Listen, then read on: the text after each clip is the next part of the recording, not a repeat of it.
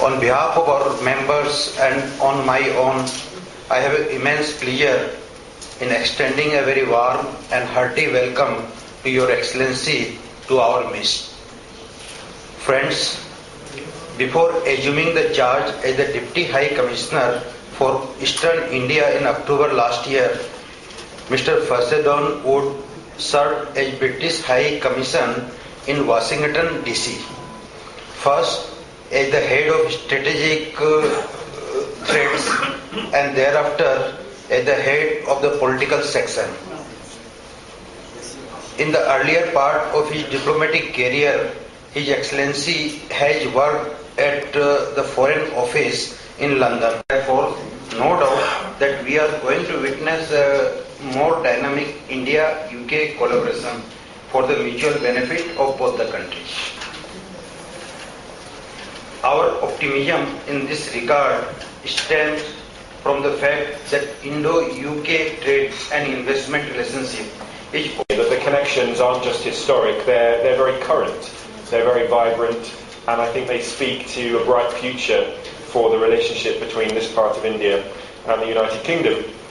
And the very impressive range of vibrant businesses that exist here in Kolkata and in the eastern region of India are a very important part of those connections between our two countries, and I'm very keen to ensure that those connections are strengthened and that they continue to grow in the years ahead. So it's heartening to know about the sheer scale of ambition and optimism in this part of India.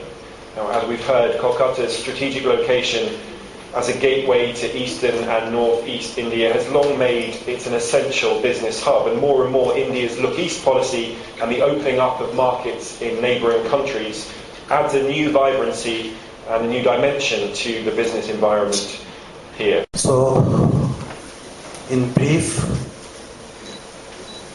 but in pointed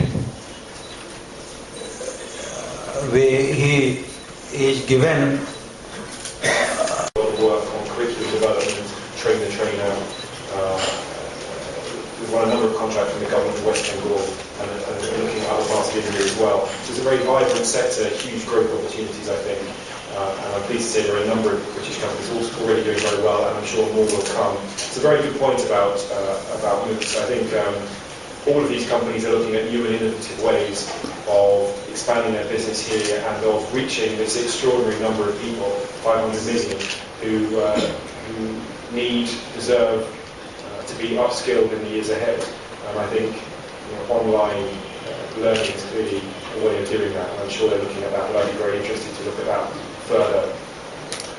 And just on your first point on infrastructure, I think we will see, a number of exciting infrastructure projects, not just in West Bengal, but across the eastern and northeastern region over the coming years.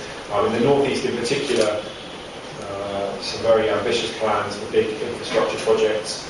I hope very much the British companies will play a part in some of that. I know there's a lot of interest. We'll be making sure that those opportunities, that the companies know about those opportunities and are well placed, I'm sure, to take advantage of them. So hopefully that number that you mentioned will grow in the years ahead as the opportunities come to fruition. 400,000 visa applications are processed every year in India. Now, of those 400,000, about 89% are granted. So the refusal rate is very low. And if you look at business visas, which I think is the point I really want to make today, if you look at the number of people applying for a business visa, the approval rate is somewhere in the region of 98%. So the overwhelming majority of people who apply for a visa to do business in the United Kingdom get their visa.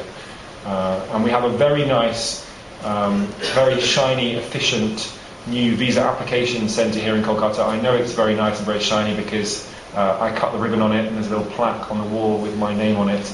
But it's a great facility. It's a great place to go and lodge your application to have your biometrics taken.